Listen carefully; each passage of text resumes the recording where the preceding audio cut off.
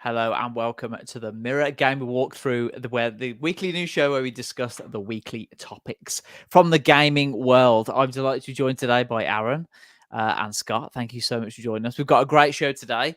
Activision are completely and utterly part of Microsoft. After Microsoft bought them for $69 billion, that's billion. We'll also be talking about Super Mario Bros. Wonder reviews as well, because they are in. But first, here's the trailer.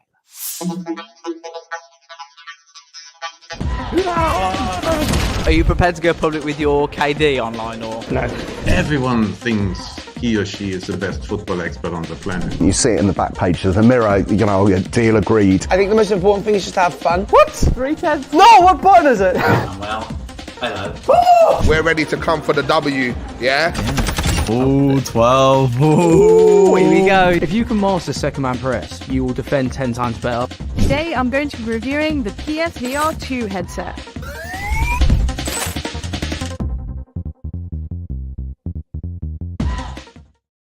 Hello, everyone. Welcome to the Mirror Gaming Walkthrough podcast. I said before, but joining me today is Aaron Potter. Aaron, thank you so much for joining us today. You all right?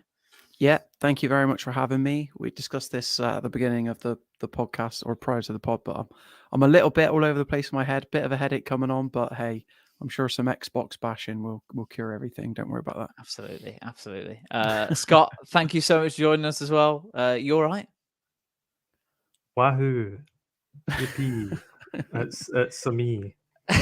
We will be getting onto that very shortly because Scott reviewed the new Super Mario Bros. Wonder game for us on Mirror Gamers. We'll get onto that in a bit. We've already got a comment. Adam L. Hello, my favorite gaming podcast on the YouTubes. Hi, Adam. Thank you so much for watching. And thank you so much for watching everyone on YouTube and Facebook as well, because we're live on both platforms. But let's go into our first topic. Call of Duty, Crash Bandicoot, StarCraft, Hearthstone, Guitar Hero, True Crime, 3D Ultra Pinball, Spyro the Dragon, Tony Hawk's Pro Skater, World of Warcraft, Diablo, Overwatch, and Candy Crush Saga. These are some of the games that are now under Microsoft's portfolio after they completed the $69 billion acquisition of Activision Blizzard. After 2 years after initially agreeing to the deal, it's finally completed. Just to put this into perspective, Microsoft's previous biggest acquisition was LinkedIn for $26 billion in 2016. Disney bought Lucasfilm and the entire Star Wars series for $4 billion. 69 billion is a big number. A very big number. Some might say a rip-off. But ayo, it's done. And I never knew Microsoft owned LinkedIn before. That's probably really bad, but really? I never knew that. There you go. Now you do. Yeah. So they agreed to buy Activision back in January 22, but it's faced a number of regulatory and legal setbacks, with the US's FTC trying to block it, only for the tech giant to eventually triumph in its legal battle, and then the FTC's appeal failed. The only thing left standing in its way was the UK's Competition and Markets Authority, with the regulatory body initially blocking the deal after holding concerns about Microsoft potentially monopolising the cloud gaming market. However, the Xbox giant submitted a new deal to address these concerns, in which it agreed to transfer cloud gaming rights in the EU to games publisher Ubisoft. This finally closed the deal. Aaron, Scott, reactions, please. What just general top line reactions? Aaron, what are you saying? I feel like, that Frodo meme where he's just like, more doors behind him and he's like, it is done. Like Mount Doom, it is done. Yeah. But then we think it's going to be the end, but I really think it's only the beginning somehow. Like it's going to be, like you said at the top of the show, they own all these franchises at the moment. I'm sure Phil Spencer's going to want to do some things with them. How close in the near future that's going to be still remains to be seen. I think it's very interesting that the way they were able to get this over the line, like the way that the CMA were able to kind of like keep their head held high, is by forcing Microsoft to go through Ubisoft in order to distribute these Activision games. Let me just say that sentence again. In order to distribute Activision games in the EU and UK, Microsoft, who now owns Activision, is having to use Ubisoft to distribute them. Like that's how, like we're going 3 levels deep just so Microsoft can get its own way. That's how business works, apparently. we all knew that this was going to be the eventual reality. I'm on record as saying that I'm not a big fan of consolidation and this in general. I don't need to go through all the reasons why again, but those reasons still remain. Having said that, I'm happy that Scott is probably going to get Tony Hawk's Pro Skater 3 and 4 remastered. I'm happy that Guitar Hero might come back. So you got to take the little ones. Yeah, that's what it's all about. I don't know. I'm in the camp of I don't like consolidation either. I don't like monopolization. Thankfully, in terms of Microsoft ones, it's never been someone I actually really cared about. Like, I don't like Bethesda that much. I don't like much Activision games. And the ones I do, just to go through this list again, Crash Bandicoot may as well be kind of dead. Guitar Hero, dead in the ground. True Crime, put there as a joke. Spyro the Dragon, dead in the ground. Tony Hawk's Pro Skater, dead in the ground. StarCraft, dead in the ground. Like, yeah, they've got a lot of work to do to kind of build on the kind of potential here, and it's a weird one because obviously the Activision buyout happened after everything about the kind of internal company dynamics at Activision came out. So I'm in a weird place of like, hopefully this is a good move. Hopefully something like this does something about that kind of aspect of it. Hopefully this means that Activision's portfolio is put to good use, but at the same time, obviously, it's a bad precedent. But then again, will they even try to get something this big done again? Yeah. How do you move on from this? How do you even get with all the pushback they got on this? I don't see them trying to kind of take over anyone, at least in the near future, anyway. Yeah. Let me just say hello to JD Incinerator, who's in the chat, long-time friend of the channel. Thank you so much for watching. Also, Yanto3000 is in the chat. I know you're in our Call of Duty stream, Yanto, so thank you so much getting involved in the meal deal chat, if I remember correctly. So, Yanto, I had a chicken and stuffing sandwich for my meal deal today. Where was that from? Was that Co-op, Tesco, or that? So I got that from Waitrose. No, purely because I had to go there. I actually didn't get the meal deal because it was too expensive. £5 for a meal deal. It was going into another dimension. Going into Waitrose. I'm used to like Tesco, Asda, Aldi sort of. It was probably like £8 for the sandwich alone. What do you mean £5? £3.65 for the sandwich. I know, ridiculous. I didn't go there. That pays for itself. I didn't seek it out. I had to go there to pick up something else, right? So just okay. It was a necessity. It was necessity. But yeah, thank you, Yanto, for coming into the stream today. Let me just go through, because there is so many stories within this one big story. I want to talk about the Ubisoft stuff, because that is just like, let's just explain that in a little bit more detail. So as part of the acquisition, Activision's global cloud gaming rights, excluding the EEA, which is the European Economic Area, for all current and future Activision PC and console games released during the next 15 years, will be divested to Ubisoft Entertainment SA. So what this means is that Ubisoft will compensate Microsoft for the cloud gaming rights to Activision's games through a one-off payment, but then Ubisoft have the right to license out the cloud gaming rights to Activision's games under any business model, including to Microsoft itself.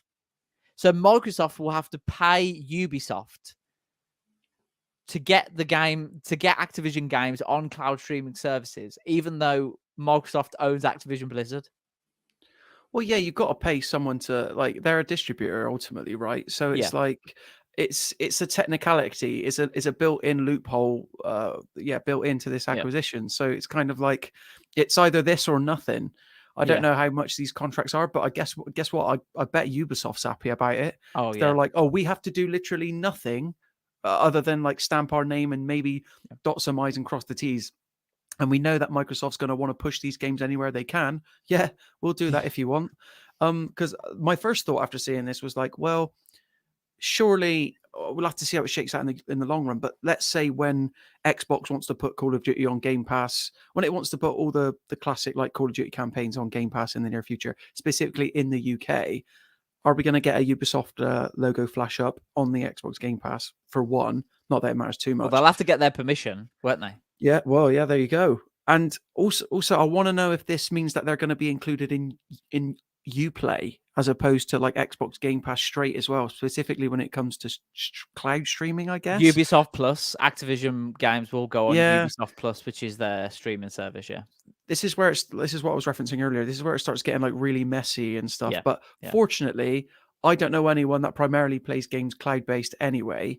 And this is all one big major bet in the future Not that Microsoft yet. is ranking. Not this is yet. it. But internet speeds aren't like we're in the business. Like we cover games for a living, and without naming any names or whatever, internet speed isn't like a massive priority. It probably should be, but I don't play competitive games.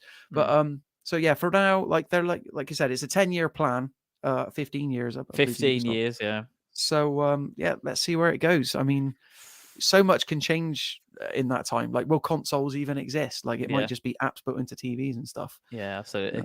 Got a few more comments. JD Incinerator says, much rather a chicken and stuffing sandwich than a chicken and stuffing pucker pie. Well, yeah, obviously. Are pucker pies that good? They're not, are they? No, I think they're right. pretty sort of bang average pies. They're better than Frey my opinion. Bentos, which is not a pie, I would say. Ugh. Yeah, I mean, when I used to go to the football, like the pies there, are just they're top notch. They're not pucker pies; they're proper like local, like local food companies. They're really nice. Yeah. Adam L, we need Aaron and Scott's favorite meal deal so we can relentlessly judge him. Is that you judging me or are you judging Scott or Aaron? I feel like Scott will have a good choice, but Aaron strikes me as a Branston enjoyer. This is what threw me off last time. Like, what's the matter with like a Branston pickle? And then hang on. Before we go to your favorite meal deals, Yanto says, I managed to get a key and got the beta early, so thanks a lot. You're very welcome, Yanto. I really appreciate you tuning into the stream, and you're absolutely welcome for that beta code. Okay, Aaron, favorite meal deal. Come on, hit us. Right. Well, I do like a cheese and pickle or a Plowman's, I will say, to shake up every now and then. Got it spot on. But usually, no, because my preference would be a BLT. So you get BLT, then you get like a Pepsi Max Cherry, right? Then the snack is where it gets interesting. Because sometimes if there's a 2-pack of pork pies, I'll go for that. Like, and then you're saving like £2 in savings. You scan this thing into the self-service till it's coming up $7.50. Before you know it, it's dropping to like $3.75. So you're saving money. Other than that, I might go for like a malt loaf as a side, or a Ginster sausage roll if the meal deal's particularly generous, as Very the nice. co-op around the corner for me is. So Very yeah, nice. BLT. Very nice. Before we go on to you, Scott, Adam L, I'm telling you, I am a god at predicting people's meal deals. Okay, Adam, what's Scott's meal deal? Come on, give us Scott's meal deal, and then we can go into that. Well, he's already said that Scott has a quote unquote good choice, but we don't know what's classified. We don't know what that means exactly. So Adam, come on. Come to us. Got a few more comments. JD, I prefer Frey Bentos to puckers. I mean, what? I don't know what to say to that. I mean, it depends what sort of meat you're getting in there, I suppose. I get that Frey Bentos pies aren't really pies, just saucy meat with crispy pastry on top. Isn't that what a pie is? No, there's no like sort of like a pie is like encased in pastry. It's not got a base to it. No, Frey Bentos is like tin and then soggy pastry on the top. That's Bell's Scotch pies are the best pie. There you go. Other pies are available. Connor says, gotta get the most expensive ones to get the most out of it. That is the key, isn't it? That is the key. You've got to get the most expensive drink, the most expensive snack, and kind of make them into one. And then it's that money off at the checkout. It's just like, it feels so good. Did you guys get the same moment I do, where you're scanning, and the price hasn't dipped yet, but then you go to checkout, and then it all comes off, and you're like, oh yeah, yeah. Or as someone who worked in the co-op, that was a common thing. Like, my deal hasn't come off, and I'm like, you have to press the button. Yeah. So common that I'm like. These days as well, you probably have to scan like a Nectar card or a club card, right, to get the deal. I hate co-ops. Like, it's like free. It's like £4 in the co-op, but if you scan your club card or whatever it is in the co-op, $3.50. Yeah, I know. Okay, Adam says Scott is either a prawn mayo enjoyer, but if that's wrong, he's clearly a chicken and bacon lad. He probably also likes a Pepsi Max Cherry and Sensations crisps. That's so specific. Right, Scott. Come on. Reveal yourself. I hate to say it, but Adam is completely wrong. So it's worth a go. The best meal deal is Asta's meal deal, because you don't need to get all free. You can get like free drinks in the meal deal, 2, and that's amazing. You get free snacks in the meal deal. That's amazing. My problem with most meal deals is they always pile it up with like something that you don't like. Like it's either like mayonnaise or like I don't know, something gross that they put in it, and there's never like a full meal deal sandwich where I'm like, yes, this is perfect. The Co-op are the worst for it. They always put something on there I don't want. If I'm forced to, it's either a chicken and bacon or like actually a BLT is probably number one. I get a wee. It depends how I'm feeling. Maybe a wee pack of salt and vinegar crisps. Maybe a wee Marvelous Creations Dairy Milk bar, and then you go on and you get the big Red Bull that's like £2.50 because you've made your money back. 473ml can of Red Bull. This man knocks them back like there's no tomorrow. Honestly, Yeah. What are them silver bottles? And they're like they're sort of fizzy, like a blackcurrant drink, and they're normally like £3 on their own, but you get them as part of the meal deal. I can visualize them, but I can't. I don't know. There's speaking of expensive items, and I know this is a video game podcast, but there are some meal deals out there. I can't remember who does it, where like a Ginster's pasty is a snack, and I'm like, this feels illegal. Yeah. Like this is too much pastry for one meal deal. But absolutely.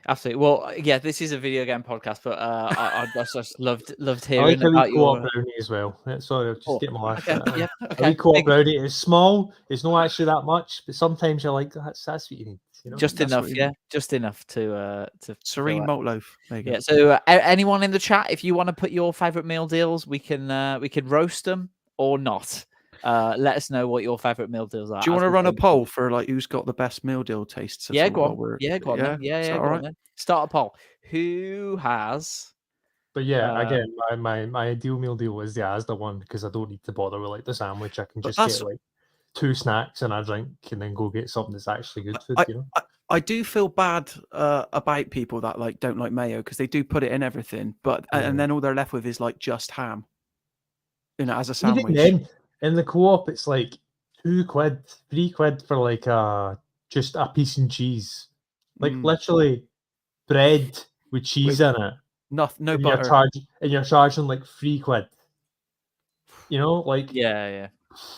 Just to clarify, my meal deal is a chicken and stuffing sandwich with prawn cocktail crisps and a 7-Up. Just to clarify that. So the poll is in. Vote to your heart's content, and we'll look at that a bit later on. Adam L says Matt is a just ham enjoyer. That's very true. Very true. He's not into defending himself. I'll tell you what, Yanto's got a point. Co-op do have the rollover hot dogs and a Costa coffee. That is a strong meal deal. Okay, Yanto, you have upped the Co-op game here. That might be my answer now, honestly. But it's because of Yanto we're in this mess. He's come in and he's just thrown a meal deal grenade into the conversation. So JD says, I did try Blood Orange Thatchers thanks to Ara's influence, and it's quite nice. Mother absolutely loves it. There you go. There you go. You've converted 2 people in the JD incinerator family. There you go. Just before we get back in topic, the real best meal deal. And it's going to be controversial. It's Subway. That's the best meal deal. No, Subway's gone downhill. You can't call that a meal deal. You can't. A spicy Italian. You're £5 for a tuna mayo 6-inch, Scott. Are you? Mate, that's on you for getting a tuna mayo. I love a tuna. Yeah. Tuna mayo with cucumber, never sweet corn. There, I've said my piece. In the bin. Going from meal deals to the Microsoft deal. Hey. I really did like Sarah Cardell's comments. She's the chief executive of the CMA. So she could not hide her frustration with this comment when the deal went through. Businesses and their advisors should be in no doubt that the tactics employed by Microsoft are no way to engage with the CMA. Microsoft had the chance to restructure during our initial investigation, but instead continued to insist on a package of measures that we told them simply wouldn't work. Dragging out proceedings in this way only wastes time and money. Fair play to her for coming out and saying that, because we all thought that, didn't we? That Microsoft would just be like, oh, this is what we want to do, and then everyone else will roll over. And the CMA actually, and the FTC to a certain extent as well, have really tried to put their foot down. And I mean, I agree with you, Nathan. Like, Jasmine's in the chat. She doesn't know what conversation she's just missed. You'll have to hit that up on the recap. Oh, yeah, Jasmine, this is what's the your podcast favorite? starting. Yeah, what's your favorite meal deal, Jasmine? Sure. Put that in the chat, and we'll debate that in a bit. We'll rate it. Matt's is just ham apparently. But no, with this CMA, like, yeah, good on her for like, because I don't know why Microsoft. It's clear why Microsoft would have wanted to make this as painful as possible for the CMA, because obviously they're the one resistor. But I like this. Just goes to prove my point that Microsoft is just trying to strong arm itself into things that it hasn't really got the right to do, and it's making difficult for other parties. With the FTC, obviously they did try and resist as well. Microsoft won its case because I don't know what lawyers the FTC imposed to try and argue on behalf of the general public, essentially. But I do think it's worth mentioning that the FTC is waiting on a decision for that court decision to be appealed in December. Yes. And obviously that'd be so embarrassing if it did get overturned. It's very unlikely that it will, but anything could happen because, like we said, that it's very unlikely that CMA would resist. And like, look what's happened. Absolutely. But yeah, it's all gone through for all intents and purposes. Yeah, absolutely. Just want to talk about what this means for gamers as well. So Microsoft and Sony have a 10-year deal to keep Call of Duty on PlayStation. So that'll be on until at least 2033. They also have a 10-year deal in place for Nintendo to bring Call of Duty releases to the company's platforms, including potentially the Switch 2. Recently, Microsoft Gaming CEO Phil Spencer has promised Call of Duty parity on consoles in terms of content, as opposed to technical restrictions such as memory and resolution. More importantly, he reinforced the sentiment that Microsoft has no goal of somehow using Call of Duty to get you to buy an Xbox console. What is the point of buying Activision Blizzard if you're not going to use it to get people to buy your consoles? Am I missing something? King. Microtransactions. Everyone's been focused on Call of Duty. Everyone's been focused on cloud streaming. How much money do you think Candy Crush makes in like a day? Just from like someone's gran paying like 2,000 grand a day, like it's weird how much King has just snuck under the radar for them, because that is huge. That is probably the biggest part they have now, Yeah. We're guilty of underplaying it too, because we always say Activision Blizzard, but the full title is Activision Blizzard King. Yeah. It's just that none of us really play mobile games, and that Candy Crush saga continues to kill. But yeah, there's I cannot remember for the life of me where I read this, so I don't know if it was like official or if it was just like hearsay. But I'd heard that apparently for PlayStation, the deal was either you get 10 years of Call of Duty, or it's like 5 or 8 years of everything. And they went, with the Call of Duty, so like Crash Bandicoot or anything like that. It's like, and I get that because, like I said, half of these series are like dead, But like, what happens when there's like Diablo 5 or StarCraft 3, 4, Overwatch 3? Yeah, I'm just reading about King. In-game net bookings for King increased 11% year over year. This is the 2023 financial results, driven by the Candy Crush franchise. Candy Crush was the top grossing game franchise in the US app stores for the 23rd quarter in a row. So that doesn't tell you something. Then, yeah, King is the. Do you agree with that, Aaron? King is the biggest thing. King is probably the thing that overturns the most profit and reaches the most players. King is king. Literally, there's the headline. Print it, send it out, done. But I just want to talk about the other side of Phil's comments, in the fact that you can't trust Phil as far as you can throw him, to be honest. And I'd say that to him.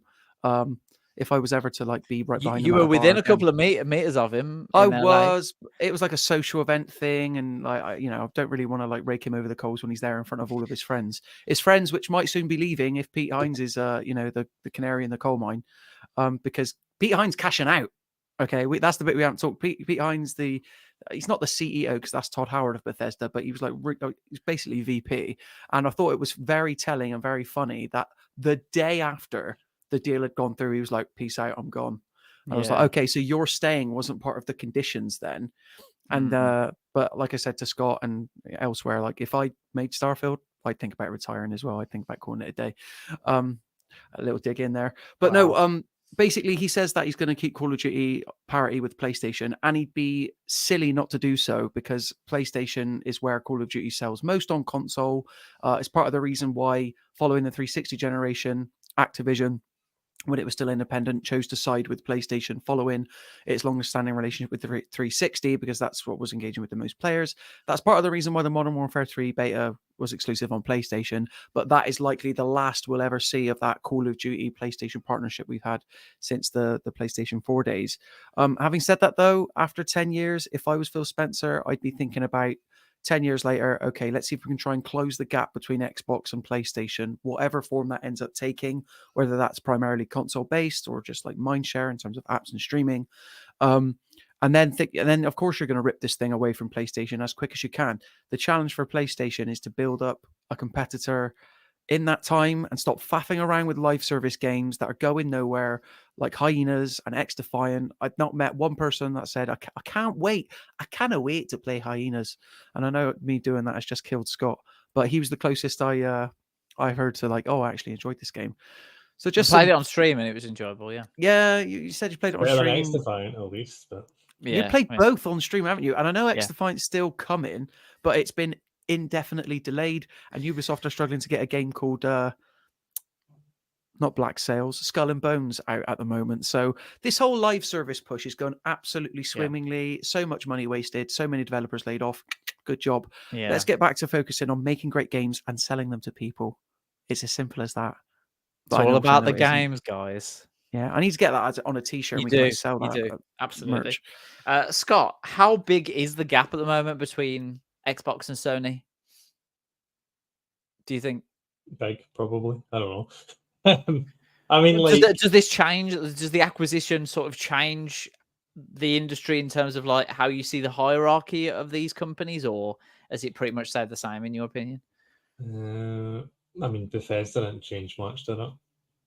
It all kind of comes down to where it goes. I mean, if Bethesda had like 8 bangers in the tank and they just went straight onto Xbox, we'd probably be having like a different conversation. But like, Redfall was bad. Starfield was the definition mid, so it's not like, it's not like we're sitting here post Bethesda thing being like, oh, I can't believe how good Doom 3 was or whatever, like, because they've just not done anything of note with them. So maybe in 10 years, we'll have something good, but I mean, it's not like Activision were putting out bangers we'll have Doom Year Zero, and I'm sure it'll be fine. But because like obviously, as we talked about the leaks a couple of weeks back when they happened, but we basically have a general idea of what Bethesda is working on. Activision is just basically a Call of Duty machine. There's very little else it's cooking up internally. Maybe Crash Bandicoot 5, but I don't know who's working on it because that team's on Call of Duty now. Yeah. So all 3 teams that did the Crash Bandicoot stuff. What was it? Vicarious Visions. Vicarious Visions did, and Beanox. Vicarious Visions did the Trilogy remake. Beanox did the Crash Team Racing remake, and Toys for Bob did the Spyro remake in the new game. Vicarious Visions then made Tony Hawk and were immediately put into Blizzard to help them make terrible Overwatch skins and Overwatch 2 and ports of Diablo 2 that aren't as good as the remakes of Tony Hawk. I want to say Beanox is just a part of like Infinity Ward now or something like that. So yeah. But Scott makes a good point. Like, if the Bethesda stuff was already proving fruitful, then I think we'd all be feeling a bit more hopeful for the Activision time. But like, other than Hi-Fi Rush, I think it's been diminishing returns, and it's quite funny because I know what title I've got underneath my name there, but Deathloop. I don't particularly like Deathloop. I think it's very repetitive. You could argue that that's by design, but for some people, that's a 10 out of 10, and it released as a PlayStation 5 exclusive. Ghostwire Tokyo, less successful. Scott, what are your thoughts on Deathloop? I'm curious. Deathloop is a 10 out of 10 until you finish it. Okay, right. I think what's so cool about Deathloop, I mean, we're like how many years out now? Like 3 years, so I can kind of talk about it. Deathloop presents itself as this game where you're going through a loop and you're like finding all these different ways to take out every single member of this group. There's one way to beat that game. Yeah. Like it's also very handholdy. Yeah. If Deathloop lived up to its promise of being a game where you can like experiment and possibly find out a way to take out all 8 players in one loop but do it different ways, that'd be a 10 out of 10 game. But like a Hitman style with that. Yeah, that sort of... something like that. Yeah, but it's just that was the way they presented it, and I think it got far on that because I think most people will probably beaten it once and read it. I don't know. I can't speak for every reviewer, but yeah, I was that was a game that I think I got the praise until I didn't, and then but Bethesda were putting out good games before that. Activision. Not like what has Activision done in the last like Crash 4 is a good game.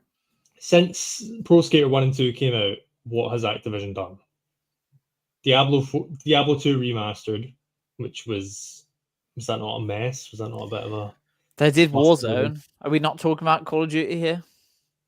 But yeah, it's Call of Duty though, Yeah. Call of Duty is gonna sell no matter how bad it is, no matter how, like you can have a terrible Call of Duty and it'll still sell well. Even the ones like Modern Warfare 2. Yeah. Maybe, I don't know. I didn't even bother. Like Modern Warfare 1 was great. Black Ops Cold War Aaron seems to love, but all I heard when that came out was people whinging that the movement wasn't the same or something like that. Even the fans of Call of Duty seem to hate Call of Duty. But it still sells every year. Vanguard probably did really well, Let me tell you, community, about Diablo. Do you know what I mean? About how much they love the game that they consistently play. Like, strangely enough, it has nothing to do with how celebrated these games. Just look at Overwatch as well. Constant frustration is all I hear from Jasmine about that community as well. And guess what? These are all Activision games. So, like, at least with Bethesda, people genuinely love Deathloop, genuinely love Starfield, Fallout 4. Yeah, I mean, I love Fallout 4. I did. When Bethesda got bought, I was like, I wasn't bothered about, oh no, Bethesda's been bought. I've been like, oh no, id Software's been bought, Machine Games has been bought, and Arcade has been bought. Like that was the real thing with the Bethesda one. They had so many very good studios under them, and even if Fallout 4 and Elder Scrolls Online and Starfield are all that, at least they have that. While we're talking about studios, though, it's been so long now since the Call of Duty machine's been like rolling and fully absorbed. Like usually I'd say Raven Software, what a team. But I bet if you looked at the people that worked at Raven Software, who worked on a Wolfenstein and a great game called Singularity, first-person shooter, it's just a different makeup entirely. And it really concerns me that they've let Pete Hines go so soon as part of this deal. I imagine Todd Howard is looking at his watch now. He's thinking, I've got to make the game I always said I wanted to make, Starfield. Okay, what else have I got left to do at this company that's not Fallout and Elder Scrolls? Because let's be honest, that's all the value that you're going to squeeze out of Bethesda proper. And wild. Toys for Bob. Let's go through their kind of repertoire. Is that the word? Yeah. Crash Bandicoot 4, Crash Bandicoot Insane Trilogy. Apparently they worked on that. Spyro Reignited Trilogy. Skylanders. They did all of those. And what have they done in the last few years? Call of Duty. Like, I could do the same for Vicarious Visions. I could do the same for Neversoft. I could do the same for Raven, Beanox, Raven. It's like everything being congealed into one franchise is like, it's like when EA were like, we're putting all our projects on hold so people can make Star Wars games. And then how many of those Star Wars games actually came out? Like 2, 3? Yeah, it was 2 Battlefronts and Jedi Survivor, I think. Jedi Fallen Order. Squadrons as well, yeah. And how many get cancelled? The visceral one that we know about, but like how many other ones? Yeah, I know. We'll never know. There has been so many comments in the chat since we addressed them last, so I'm going to go through some of the best ones because there was there was some meal deal conversations there. Jasmine joined, and Adam guessed that Jasmine is a hoisin duck enjoyer with cheese onion McCoys and a smoothie. But Jasmine actually said that she is chicken, bacon, and stuffing sandwich, chili heatwave Doritos, and a peach Lipton iced tea. No one can criticize me. I have the best meal deal. JD also agreed with Jasmine. Adam said that it's a solid 7 out of 10. The drink is a pure crime in Adam's view. And then there was some joking about iced coffee potentially being illegal at one stage in the chat as well. Don't want to live in that country. Ooh. Yeah, and then now they went into Attack on Titan. We're talking about that for a bit. Lorenzo Vitelloni was also in the chat. Hi, Lorenzo. Thanks so much for watching. You said after 10 years, all exclusive, probably. I don't know Probably. what that, yeah. He's talking about Call of Duty and stuff. Like, they'd be stupid absolutely. not to. Absolutely. Unless Call of Duty's still selling gangbusters on PlayStation. Like, Yeah. you got the Minecraft is the sort of like example here, the one for one. They've kept that on PlayStation, but then I feel like Microsoft's handing of Minecraft. It's like, here's dungeons. It's all right. Here's this. Like, brilliant. I mean, but Minecraft has that name on it, you know. So obviously, you can put like a dungeon crawler. Okay, let's put Minecraft on it, you know, like and it'll do better than it would, you know. Like Minecraft is the biggest game of all time, right? Dark Tetris, I want to say, like the EA mobile version of Tetris. I think they're the two biggest selling games of all time. But not GTA 5. No, like Minecraft's like 300 million copies, isn't it? Yeah. Yeah.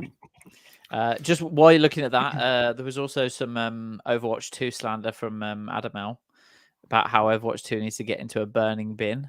JD also, is it really that long? Deathloop came out in September 2021. Yeah, because that was 6 months. Really? Or, well, 9 months, I guess it would be after the PS5. Because that was meant to be a launch title for the PS5. Yeah, of course. Yeah. Yanto, earlier it was said that Call of Duty needs feature parity across consoles, meaning that even if the PS5 has awesome features that Xbox doesn't, the games won't support them, making Xbox equal. That's what happened with Breath of the Wild. Like the Wii U version was meant to have like the map on the tablet and all that, but because it was coming out on Switch, they took all the Wii U stuff. That will be interesting how they deal with that. I think he's talking, because I wrote up the news story earlier. I know what he's talking about, his podcast appearance, and I'm pretty sure he just means from a content complete standpoint, so like skins. Yeah, so you won't get early access or because he also like obviously on Nintendo, it's not going to be able to run at 4K most likely. So no, he did specifically say like resolution. outside of like resolution and frame rate differences from hardware. Yeah, there you go, Yanto. Yeah, he was very specific about that. But again, as Aaron said, you can't really trust Phil Spencer as much as you can throw him, because he did say that Bethesda games weren't going to be exclusive. And what happened? I can't remember. Was did he ever say that though? Did he ever specifically say all Bethesda games won't be exclusive? Or did he say we will continue to support the Bethesda games we have already released? Because they have done that. You know, they've released Doom Eternal. They gave that a PS5 port. I'm not like defending Phil Spencer. Sounds like you are, Scott. I've soured on him a bit since those emails came out where he was talking about buying Nintendo, and he's like, "Oh, Nintendo are sitting on a big pile of money, and this is my goal as a businessman, like, life goal, wasn't it, or something?" Yeah, like it's very against his public image. But so it's a technicality, but I believe that if a game is announced to come to a platform and you take pre-orders for that game, Starfield and the Elder Scrolls 6 being an example, you are ripping that away from platforms by coming in and buying that bin. They weren't announced for the platforms. Elder Scrolls. Starfield and Elder Scrolls were never announced for PS5. Well, like I get it. It sucks. It's not good. It's not like they want to bring games to more people, Scott, is what they're saying, and they're doing that by. In terms of what he said, he didn't exactly lie, because they did continue. But this is where it's in that grey area that he's constantly playing around with. He knows exactly what he's doing. Is that not a win? You don't think that win for PlayStation? Having Starfield not on PlayStation? Yeah. Especially considering that, according to those emails, that Starfield was going to be PlayStation exclusive, similar to Deathloop, similar to Ghostwire Tokyo before Xbox bought them. Hence why they ended up buying Bethesda. But that's the thing. Everything that Phil Spencer says, I know how casual he comes across, has been gone over with a fine-tooth comb by those Microsoft lawyers. Mark my words. And it's a constant source of frustration to me, because he gives off this appearance like, "Hello, fellow gamers, I'm one of you." I'm like, great. How's that working out for you? Is it resulting in great games? No. Jim Ryan, for all his faults. Well, actually, we can't comment on Jim Ryan. No, I can't defend Jim Ryan. Do that. Yeah. You had us. Pause. Guys, you pulled me back from the edge. I appreciate that. I was thinking, what's he about to say here? That would have been hilarious. Well, that's the thing. We talked about that with, just to stay on the Jim Ryan thing. It's like nothing he's done has come to fruition yet. And I was thinking about this because I reviewed Spider-Man 2 this week, and a lot of like sequels in the PS5 era, God of War Ragnarok, Spider-Man 2, maybe Last of Us Part 2, even though that came at the tail end of the PS4. They're very like, it's what you know, but better, as opposed to this is a complete reinvention. We're trying exciting things. And I think like that's what's missing on the PlayStation side Yeah. currently. But anyway, we're getting so far away from the No, original. no, I'm enjoying this. I just want to go back to when you talked about Xbox and games and PlayStation games. Where we're sitting in now, we've had Starfield, right? We've had Marvel Spider-Man 2 coming on Friday. You gave it a 5 out of 5 in your review, right? It's one of the best games of the year. Who's in a better position going into 24 with the games that we already know about? Who's going to have a Xbox. better 2024, In- Xbox or PlayStation?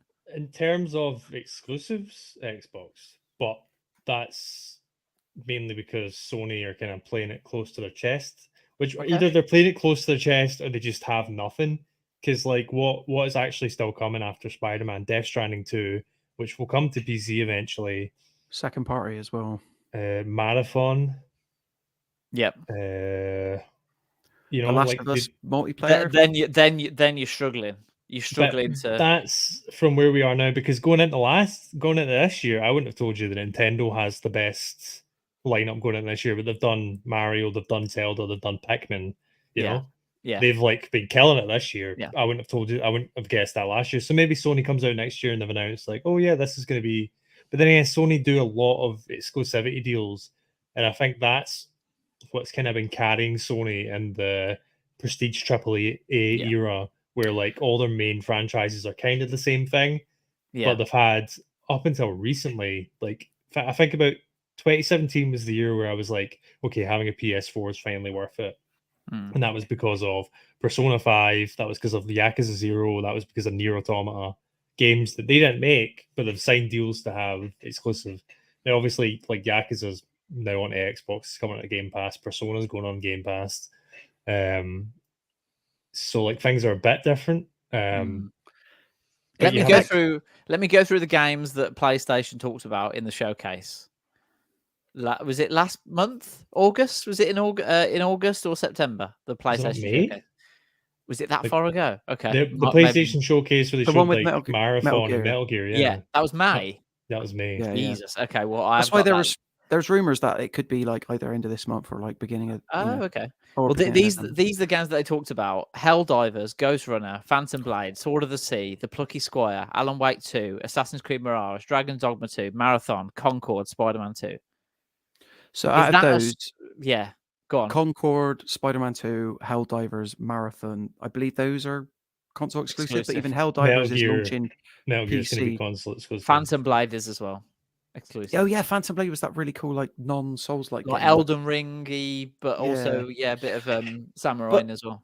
To answer your question, like the PlayStation Prestige pipeline is slowing down to a crawl, and I think unless they announce Ghost of Tsushima 2 pronto and it releases next year, then they're in real trouble in terms of like unless they've signed a bunch of exclusivity deals, like Scott's saying.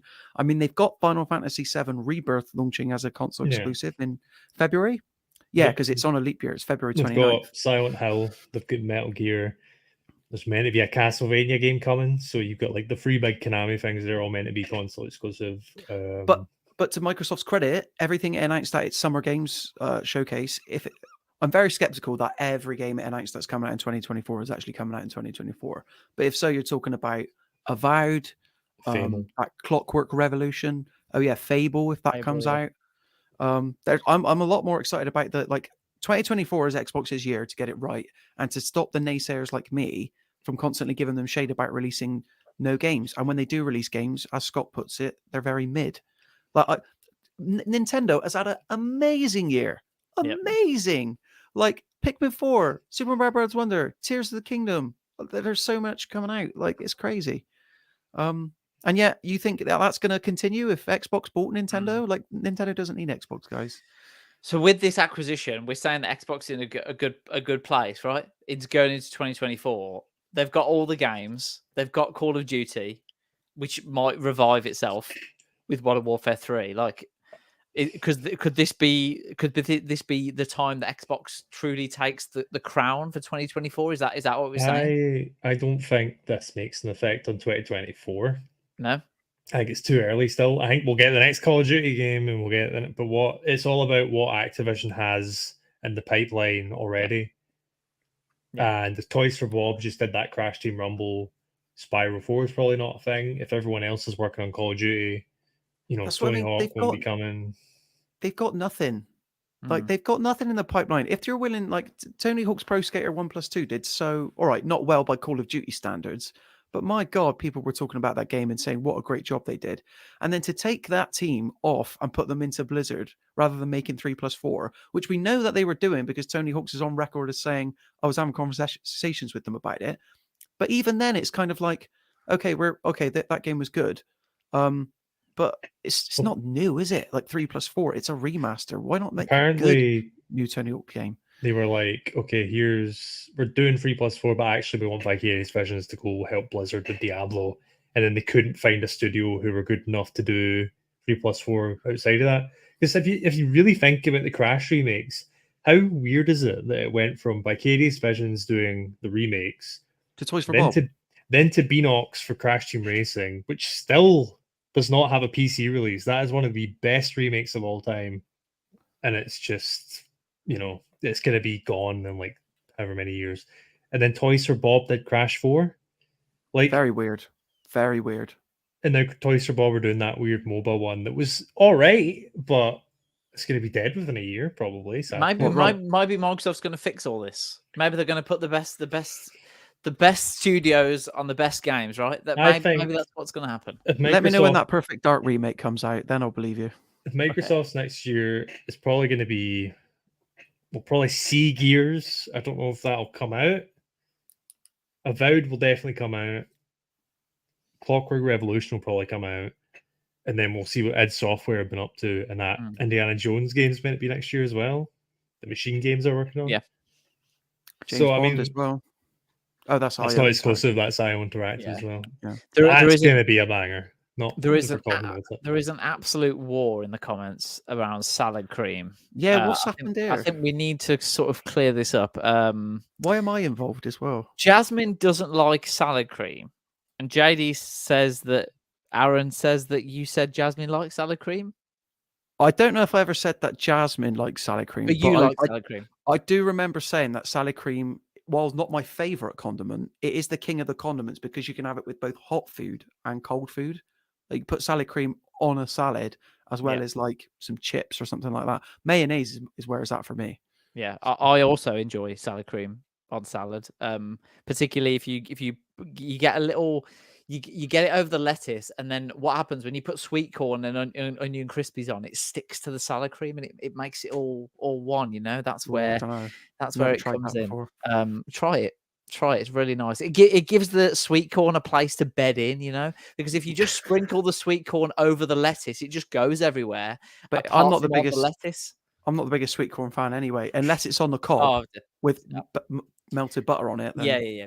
Okay. Well, maybe onion, the little onion or bacon crispies that you have for salads. It just gives them a place to nestle on the salad, and then you can sort of tuck into it. Aaron, are you okay? Says Jasmine. Are you okay? I feel okay. I didn't know salad cream was so controversial. Yeah. Adam L, salad cream tastes worse than the nutrient slop in the Matrix. I've never tried that. So can you send me a sample, Adam? He's talking about the minerals they eat. Like, what is that they're eating? I don't know. Yeah, I don't even know. And then someone called Scott McCrae in the chat saying, "I like sriracha." Thanks for that, Scott. Much appreciated. Talking there's also more good news as well. As part of the buyout, Activision Blizzard CEO Bobby Kotick is apparently planning to resign. He will stay until the end of 2023 and will report to Phil Spencer to help with the transition. This is courtesy of GameSpot. Kotick is reported to be getting a $400 million package on the way out. We know that they've had so many problems, Activision Blizzard, with their culture, and there's been so much coming out. Do you think that getting rid of Bobby Kotick and Microsoft taking them over will help them change the culture and potentially change? Because we've seen Call of Duty go downhill in the last few years, and maybe that's linked. We don't know, right? But could this acquisition help with that situation? Do you think, or is it too early to tell? That's been the end goal, isn't it? It's not a coincidence the acquisition was announced like a couple months after all this came out, when Bobby Kotick probably would have been facing resignation. and it's an easy one for Microsoft to get him out. Like it looks good. The Microsoft are like, yeah, we're getting rid of Bobby Kotick. See you later. I don't have anything positive to say about him in any metric. Same. And we'll probably get demonetized if I did. So let's. James Corden likes him. They're good friends. Yeah. Telling. Yeah. Tells you all you need to know about Bobby Kotick if James Corden likes him. That's all we can say on that subject, Aaron. Can I just say that Adam L in the chat says bread and butter soldiers dipped into a runny boiled egg. Yes. The only circumstance in which you must eat a boiled egg, for my money. But no, Bobby Kotick getting his golden parachute. It's what everybody else predicted. He's going. Like his role was to like see this through. Glad to see the back of him, of course. Yes. I'll just say he's not a nice fellow. No. Despite starring in Moneyball alongside Brad Pitt. But yeah. Absolutely. Speaking of nice men, Mario seems like a nice man. So let's move on to Super Mario Bros. Wonder. And we've got the new voice of him right here on the podcast. The new voice of Mario. We can exclusively reveal that the voice of Mario. Do you want to do a quick drum roll? Is not Scott McCrae. Super Mario Bros. Wonder review embargo dropped today, and it has been critically acclaimed. Mirror Gaming's Scott McCrae gave it a 5 out of 5, saying that, simply put, thanks to the inventive gameplay tweaks and the absolutely gorgeous visuals and animation, Super Mario Bros. Wonder is the best 2D Mario since the SNES era and a strong contender for the best one yet. It's the highest rated Mario game by critics, excluding Galaxy 1 and 2 and Odyssey. IGN gave it a 9 out of 10, Eurogamer 5 out of 5, GameSpot 5 out of 5, Nintendo Live 9 out of 10, VGC 5 out of 5, just name a few. Scott, are you really, is it 5 out of 5? Yeah, I mean, that's a big statement. In a 2023, it's already packed with 5 out of 5. Is this just another one to add to the list? Yeah, I mean, Game of the Year contender? In terms of me, yes. In terms of what the Game Awards and all that we'll look at, probably it won't. Like that and Pikmin will probably get overlooked. But I can see it winning a couple. It's for a year as good as this. It's kind of wild to think that it's going to come down to Baldur's Gate and Zelda, considering just how many good games came out. But like, I'd say it's definitely up there. I mean, if we're going by what a 5 out of 5 is, if it was a 10-point scale, I probably would have went with a 9. I'll say that much. But it's really good. Like Galaxy 1 and 2 and Odyssey deserve to be higher rated games, I'll say, but that's just the case of like 2D Mario versus 3D Mario. But in terms of 2D Mario, this is miles ahead of anything that's come out in the last, I don't know, how long's it been? 20 years or so since New Super Mario Bros.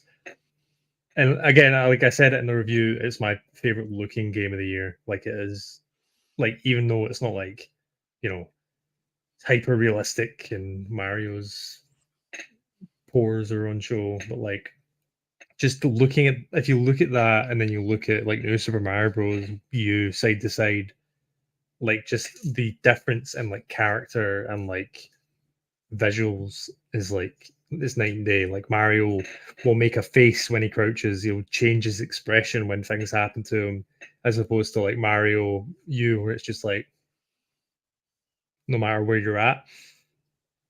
And like it helps that it's a very good game outside of that. Like the badges are my favorite thing about the game. Like it's something really new for like a 2D Mario to like give you these like kind of equipable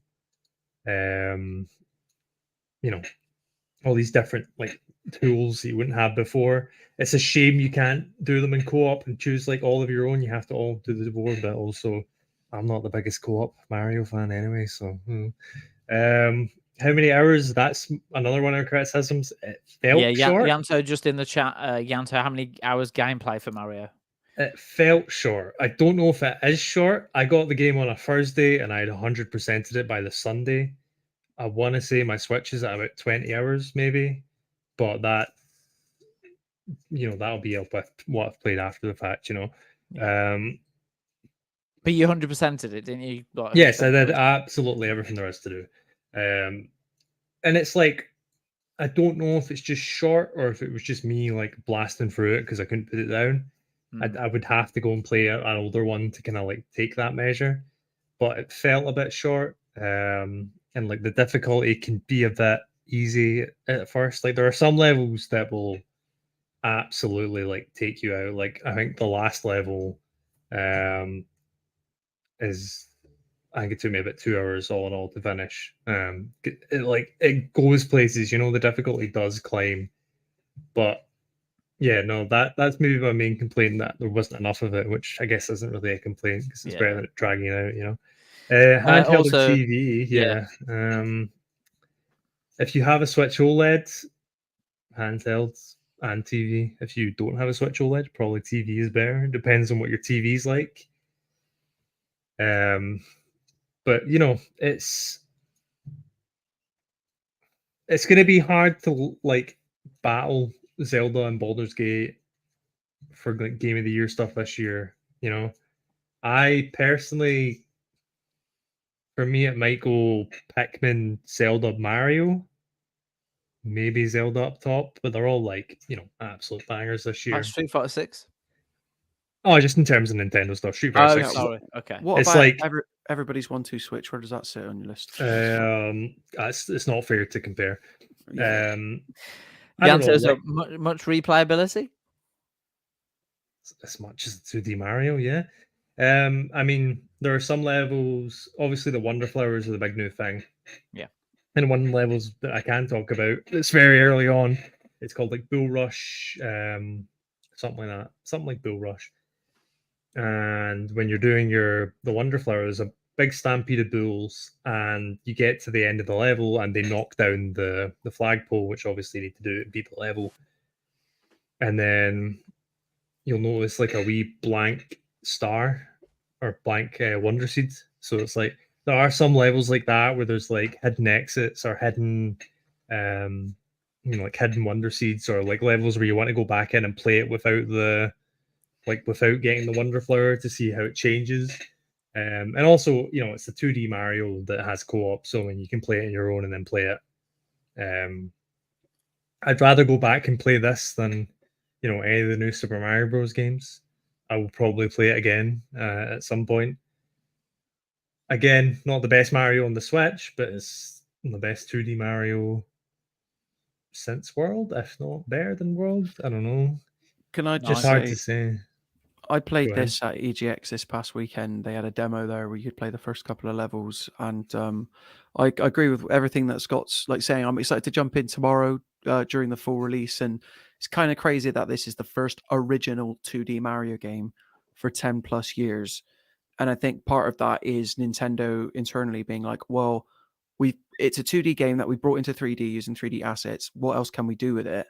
And I agree that the Wonder Flowers and the badge system, which I'm excited to dig more into, seems to be a good spin on kind of like how you approach a game like this. Because out of all the other genres, like 2D platforming, I think, unless you're incorporating Metroidvania elements, in terms of pure 2D platforming, it proves a tough nut to crack. And I just think it seems like everything Scott said, they have cracked it. And I just want to take a minute to acknowledge that, up until 4 months ago, we didn't know this game existed. It's out. Yeah. It's amazing. And it's a great quality. Take note, Bethesda. Do you know what I mean?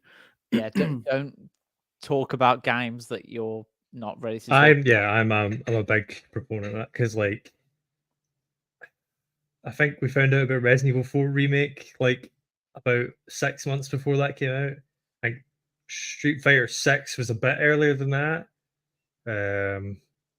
Monster Hunter World was 6 months. Monster Hunter Rise was 6 months. Just, you don't need to announce games like 4 years in advance. Look at Metroid Prime 4. Like you don't need that. If Nintendo had stayed quiet about Tears of the Kingdom and then revealed it like last September, I think Zelda's a different beast, obviously, but like that's the best way to do it. Yeah. And to answer Adam L's question, better than Redfall? It'd be easier for me to tell you the games that Redfall is better than. I'll be here, for less There time. has been an update for Redfall though, so we shouldn't write 60 it Yeah, off. it's because 60 FPS now, so it's the best game of the year. It's better than, I don't know, Diablo Don't go 4. that far. Don't go that far. Jasmine said, "My best mate hasn't ever played a 2D Mario game. Literally so excited to get her on it. I think this is a great, a great game to get her onto it, right?" Jasmine also, Yanto, Jasmine, has your friend been living in North Korea? My 4-year-old has played a 2D Mario to notable success. I'll leave Jasmine to answer that. I mean, while we're on that, just before we wrap it up, I will say it is a 4-year-old can play this, which is cool. Like yeah. You've got 12 characters, which I mean they all play the same, but Yoshi's and Nabbit, they can't get hurt. They can't. They can't use weapons, so they can't get hurt. And they're like, it's good for like younger players. They have different jumps and all that. And then the badge system also, so it's kind of split into like 3 different sections. You got like the kind of movement jump badges. So it's like grappling hook. You get the crouch jump from Super Mario 2 that lets you like jump high in the air. Then you've got like a kind of safety net one where it's like you can start a level with a mushroom, or you can fall down a pit and it'll immediately bounce you out. And then there's the expert ones, which are like you're invisible, or you run the whole level and you can't stop, or you jump the whole level and you can't stop. So there is ways to make it easier or harder on yourself. It's not like a kind of solid difficulty curve. And we'll finish with another Game of the Year contender. May I present to you the new King Kong game? That was the joke. Look at this. Amazing. This is £40. And I thought £55 for Sonic Superstars was high, but here we are looking at this. I tell you what, this is worse than Lord of the Rings Gollum, isn't it? Can we all agree on that? I don't know, because was Gollum not like broken? Gollum, you could like play it start to finish, from what I understand. Look at that. The physics involved in that. Let's just pause it on that phase, shall we? I mean, I don't mean to be bad, and I say this as someone who liked Nickelodeon All-Star Brawl, but unironically, he likes it. The company is literally called Game Mill. Yeah, like turning them out. Yeah.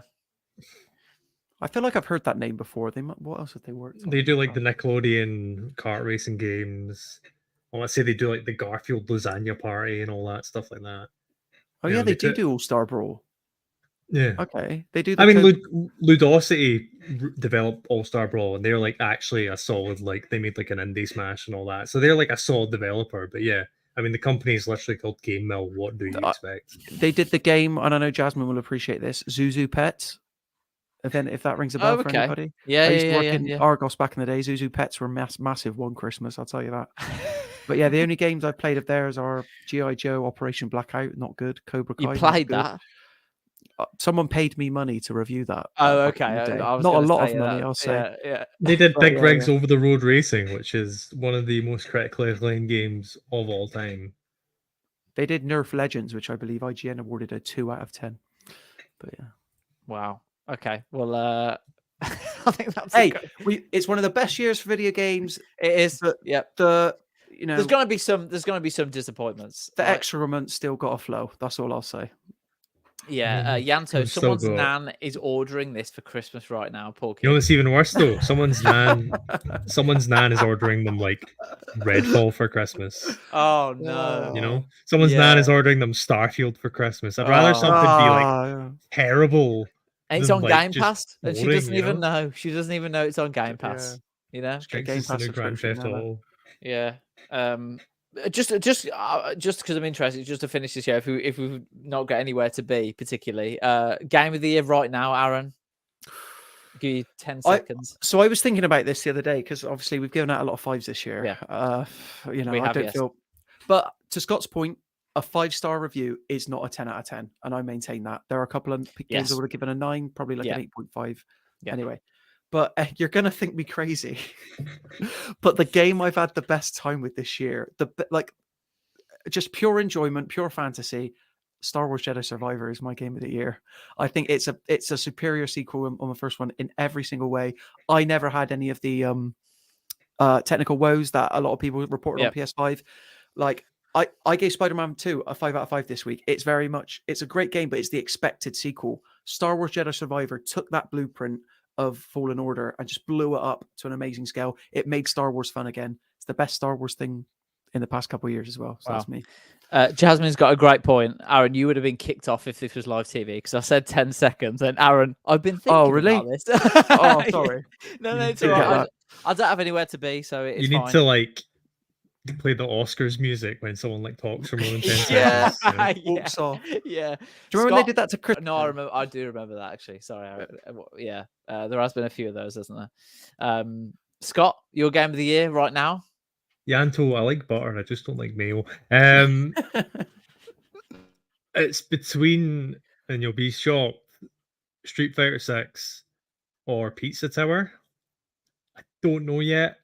I probably won't decide until I'm writing my list. Yeah. But I mean, Street Fighter 6 is the best fighting game of all time. Pizza Tower is an absolute banger. You know, but I mean, Zelda's up there. Pikmin's up there.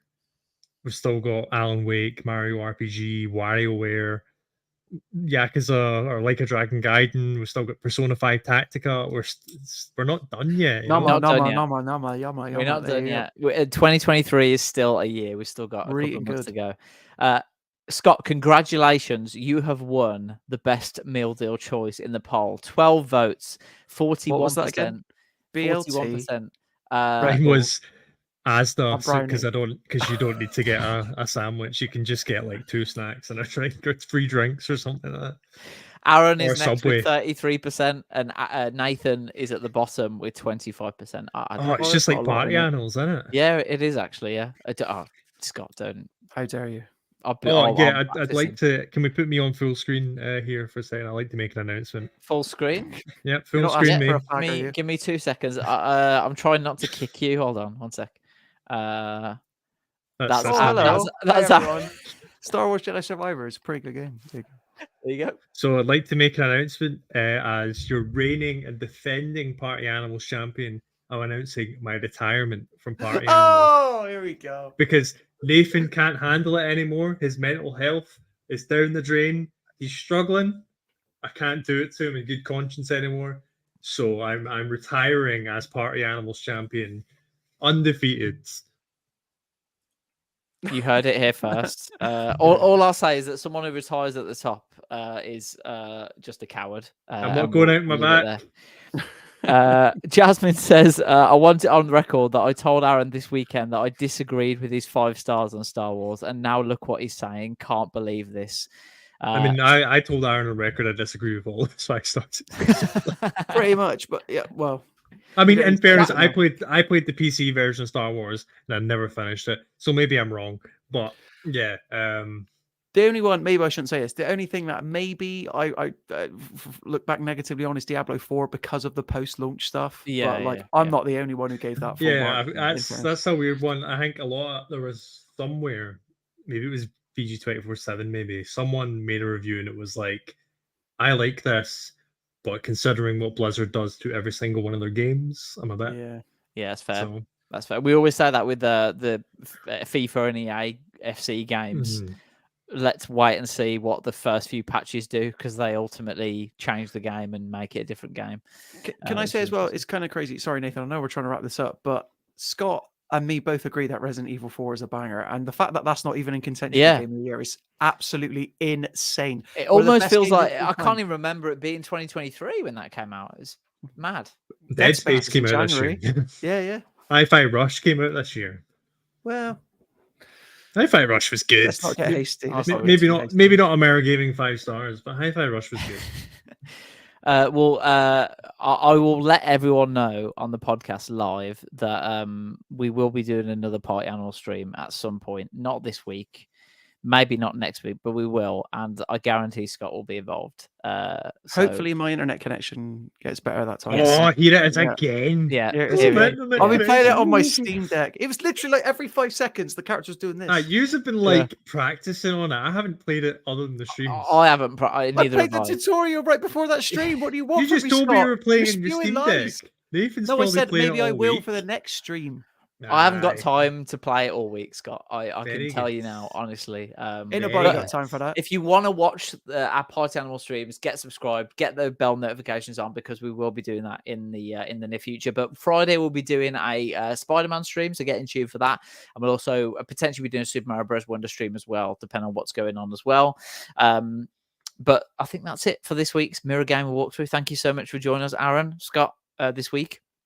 We'll see you in the next podcast, which is next Wednesday at 4 p.m, as always. And we'll be debating that week's biggest topics. Who knows what's going to happen over the next week? That is the beauty of the industry we live in. But yeah, that's all for us today. Aaron, Scott, thank you so much for joining us. Anything you want? Mario. Aaron, do you want to do a sign off as well? Yeah, I do. BLT for life. All right. There we go. BLT for life. There we go. There we go. Thank you, everyone. Oh wait, Goku. Okay, sorry. Just want to shout out everyone who were in the comments today: Yanto, Jasmine, JD, Adam L, Scott McCrae did have one comment as well.